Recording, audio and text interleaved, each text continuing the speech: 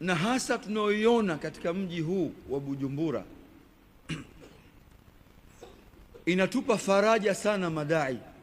Unapofika maeneo kama haya ukaona umma kama huu, unafarijika na unamshukuru sana Allah kuona yale wanaosimama nayo mashekhe zetu na vipenzi vyetu kina Sheikh Zuberi.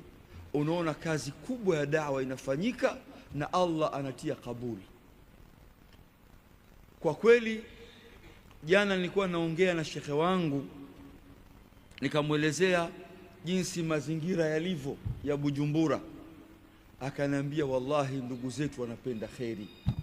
Tunamwomba Allah awajaalie hii kheri mnaoipenda mpaka mwisho wa uhai wenu.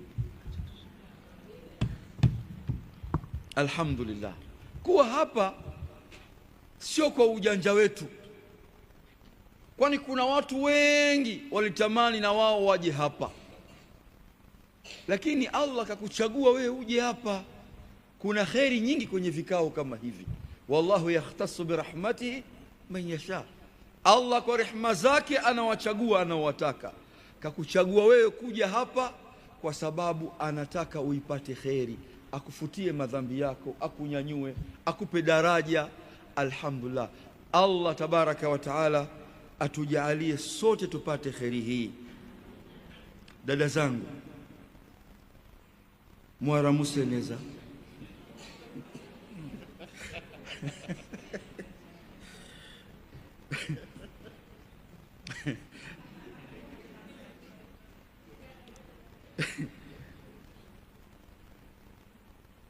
tunafahamu Allah ametuweka katika ulimwengu huu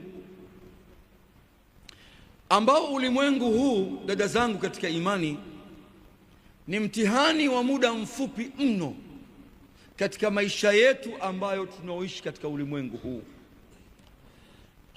Ni maisha mafupi mno. Maisha haya, rasilimali pekee tuliopewa mimi na wewe ni pumzi zetu za muda mfupi mno.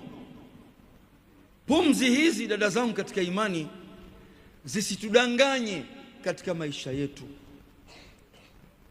Toka tumezaliwa mpaka tunaelekea kwa Mola wetu, ni sote tunafahamu kwamba uwepo wetu katika mgongo huu wa ardhi, Allah ametuleta ili kutupa mitihani.